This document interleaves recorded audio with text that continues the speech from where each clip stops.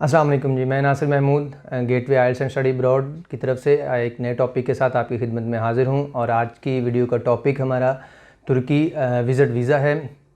पाकिस्तान से बहुत से लोग तुर्की के विज़िट वीज़ा के लिए अप्लाई कर रहे हैं और उनको वीज़ाज़ भी मिल रहे हैं, लेकिन कुछ एप्लीकेशन ऐसी हैं जो कि रिफ्यूज़ भी हो रही हैं।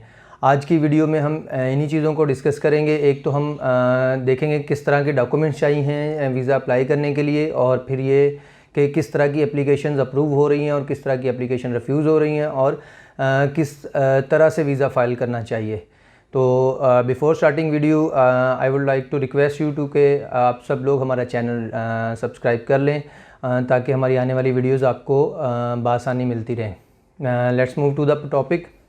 अच्छा जी, नेक्स्ट हमें डॉक्यूमेंट्स किस तरह के चाहिए होंगे। सबसे पहले तो हमारे पास वैलिड 6 मंथ वैलिड पासपोर्ट होना चाहिए, जिसमें कम से कम 2 ब्लैंक पेजेस हों। उसके बाद हमारे पास एक 2 अदद आपकी पिक्चर्स हों वाइट बैकग्राउंड के साथ 5x5 की, जिसमें नेचुरल एक्सप्रेशन के साथ और नेचुरल हो, किसी किस्म की एडिटिंग ना हो। वो मतलब नॉर्मली ये जो फ़ोटो स्टूडियो वाले उसको एडिट कर देते हैं, रंग गोरा कर दिया, दाने वाने गायब कर दिए, तो इस तरह ना हो। बड़ी नेचुरल फ़ोटो सीधी सीधी होनी चाहिए।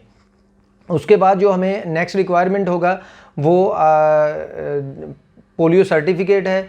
एक FRC हमें चाहिए होगा, फैमिली रजिस्ट्रेशन सर्टिफिकेट नादरा से मिल जाता है। इसके अलावा मैरिज सर्टिफिकेट अगर आप शादीशुदा हैं, और इसके अलावा एक हमें रिटर्न टिकट चाहिए होगा आने और जाने का, और अकामोडेशन का रिजर्वेशन लेटर चाहिए होंगे। कोई होटल वगैरह बुक करना पड़ेगा। ऑनलाइन आप कोई भी होटल बुक कर सकते हैं जिसमें आप पे लेटर का ऑप्शन ले सकते हैं कि बाद में पहुंच के आप पे कर देंगे, तो वो लगाएंगे जितनी देर के लिए आपका वहाँ पे स्टे है, 1 या 2 जगहों पे या 2-3 सिटीज़ में, जो भी आप कवर लेटर में हम लिखने जा रहे हैं कि हमारा मतलब प्लान क्या है, उस प्लान के अकॉर्डिंगली, चूँकि हमें एक कवर लेटर लिखना पड़ता है जिसमें हम अपना पूरा प्लान देते हैं। इसके बाद हमारे पास एक पुलिस करैक्टर सर्टिफिकेट होना चाहिए। ये पुलिस करैक्टर सर्टिफिकेट ऑप्शनल है, अगर आप लगाना चाहें तो उस पर एप्लीकेशन स्ट्रांग हो जाएगी। इनकेस अगर आप नहीं लगाना चाहेंगे तो ये बेसिकली इसकी रिक्वायरमेंट मेंशन नहीं की गई है एम्बेसी की वेबसाइट के ऊपर। और अगर आप बिज़नेस कर रहे हैं तो आपके पास अपना NTN होना चाहिए, और उसमें अगर आप FBR से रिलेटेड अपना टैक्स रिटर्न अगर आप पे कर रहे हैं, लगा रहे हैं साथ में, तो बेटर है कि वो भी साथ लगा दें। लेकिन ये भी ऑप्शनल है, आप नहीं लगाना चाहेंगे तो रिक्वायरमेंट पूरी हो जाती है। लेकिन मैं सजेस्ट करूँगा कि अगर आप रिटर्न जमा करवा रहे हैं तो बेहतर है कि आप लगा दें।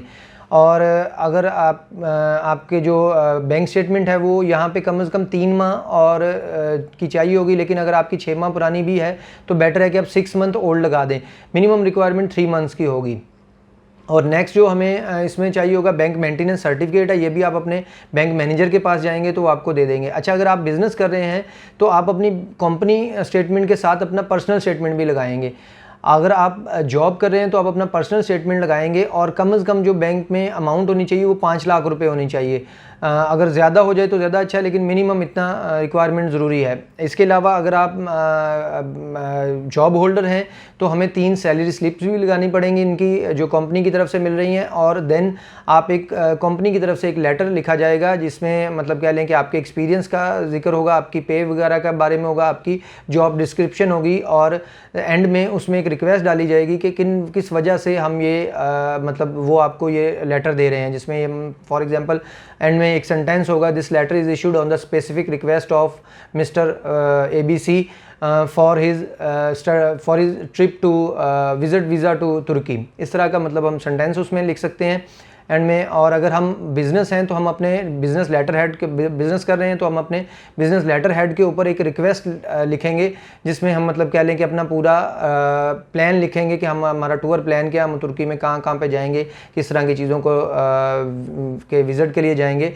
और उसमें एंड में रिक्वेस्ट भी डालेंगे। इसके अलावा इन डॉक्यूमेंट्स के अलावा अगर हम बिज़नेस कर रहे हैं तो चैम्बर ऑफ कॉमर्स से अगर हमारी रजिस्ट्रेशन है तो वो भी बहुत हेल्पफुल होगा हमारे लिए। अगर नहीं है तो ठीक है, अगर है तो वो बहुत ज़्यादा हेल्पफुल लेटर होगा, एक सर्टिफिकेट होगा अगर हम वो लगा देते हैं साथ में।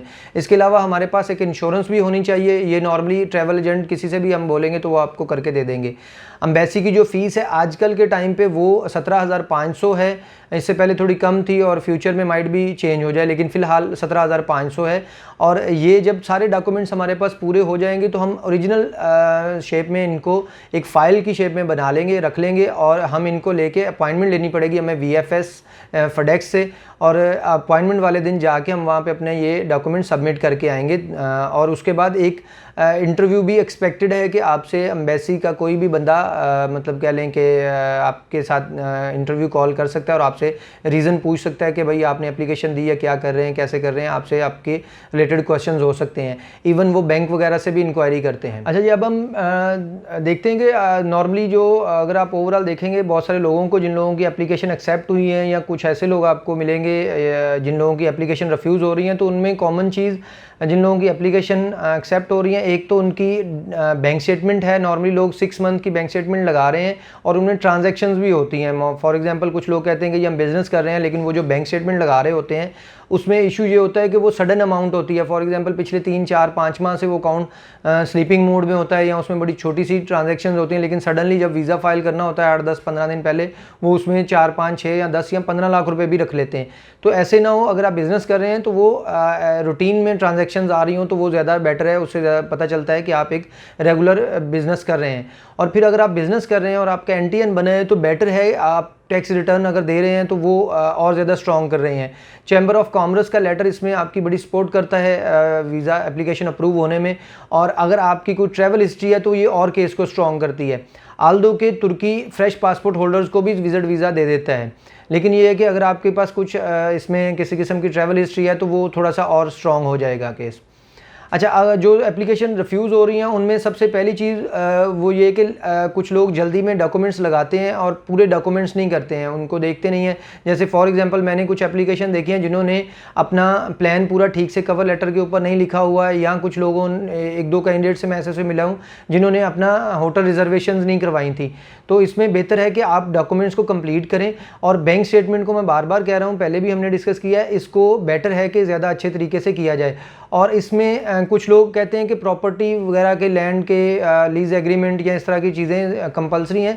ये कंपलसरी नहीं है, लेकिन अगर आपके पास आप प्रॉपर्टी होल्ड करते हैं और उसमें कोई लीज एग्रीमेंट है या रेंट डीड है तो वो केस को स्ट्रॉन्ग कर सकती हैं। अगर आपके पास हैं तो वो ज़रूर लगाएं केस में साथ में।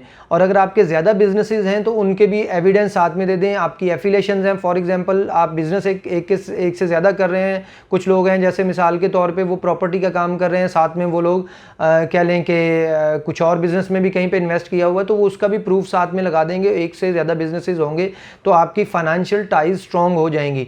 वीज़ा ऑफिसर को बेसिकली आपकी टाइज से होता है कि आपकी फैमिली और फाइनेंशियल टाइज जितनी ज़्यादा स्ट्रॉन्ग होगी तो ये एविडेंस होंगे कि आप जल्दी से जल्दी वापस आ जाएंगे। तो ये हमारी आज की टॉपिक था। होपफुली के सब इसमें काफ़ी सारी इन्फॉर्मेशन होगी रेलिवेंट लोगों के लिए। और इसके अलावा अगर फर्दर इस टॉपिक से रिलेटेड किसी को इन्फॉर्मेशन चाहिए, विजिट वीज़ा से रिलेटेड गाइडेंस चाहिए, तो आप हमसे कांटेक्ट कर सकते हैं। हमारी कांटेक्ट इन्फॉर्मेशन स्क्रीन पे भी आ रही होंगी और हमारे डिस्क्रिप्शन में भी आपको मिल जाएंगी।